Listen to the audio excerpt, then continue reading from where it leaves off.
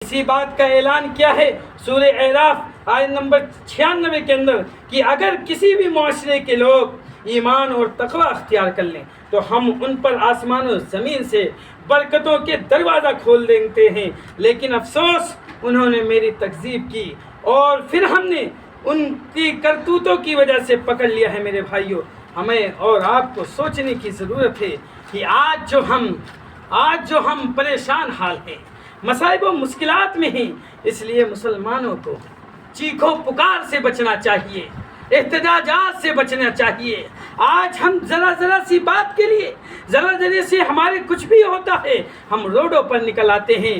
ہمارا یہ طریقہ نہیں ہے، مسلمانوں کا یہ سیوا نہیں ہے کہ ہم سر عام دھڑلے سے راستہ بند کرتے ہوئے نظر آئیں۔ اسلام کا یہ طریقہ نہیں، شریعت اسلامیہ کا طریقہ یہ نہیں۔ اس لیے مسلمانوں کو چیخو پکار کی بجائے محاسبہ نفس کرنے کی ضرورت ہے، اپنے گناہوں پر سوچنے کی ضرورت ہے، اپنے دلوں کو ٹٹولنے کی ضرورت ہے، اپنے دماغوں پر پرکھنے کی ضرورت ہے، اپنے گناہوں پر آمادہ ہونے کی ضرورت ہے، رب کی بارگاہ میں آ کر کے رو کر کے اپنے گناہوں کی معافی تلافی کرانے کی ضرورت ہے۔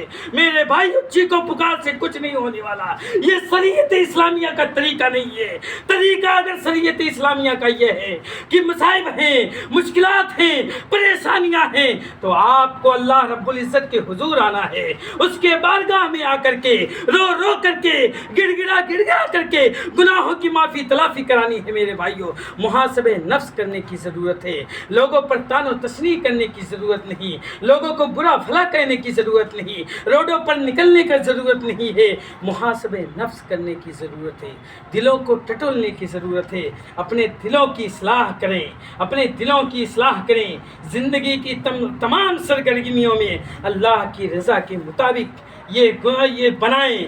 ہم اور آپ، ایک مسلمان کا یہ اسوہ ہے، ایک مسلمان کا حق یہ ہے کہ جو طریقے اس کے نبی نے اور اللہ رب العزت نے بتائے ہیں ان سارے طریقوں کو اپنی زندگیوں کے اندر اپنا لیں، اور تب دیکھیں آپ کی کامیابی اور کامرانی۔ سابقہ گناہوں سے سچی توبہ کر لیں، کیونکہ پناہ صرف اللہ کی ذات ہی دے سکتی ہے۔ پناہ دینے والی دنیا کی کوئی طاقت نہیں، دنیا کے لوگ کتنی ہی عروج و بلندی عہدے سریا کو چولیں، کوئی طاقت آپ کو کامیاب و کامران نہیں کر سکتی ہے۔ اگر آپ کامیاب و کامران ہونا چاہتے ہیں، فتنوں سے بچنا چاہتے ہیں، مصائب و مشکلات سے بچنا چاہتے ہیں، آزمائشوں سے بچنا چاہتے ہیں، تو اللہ رب العزت کے حضور آئیے، اس کے سامنے دعائیں کیجئے۔ پناہ صرف اللہ رب العزت کی ذات ہی دے سکتی ہے، وہی محفوظ ترین پناہ گاہ کا بندوبست کر سکتا ہے۔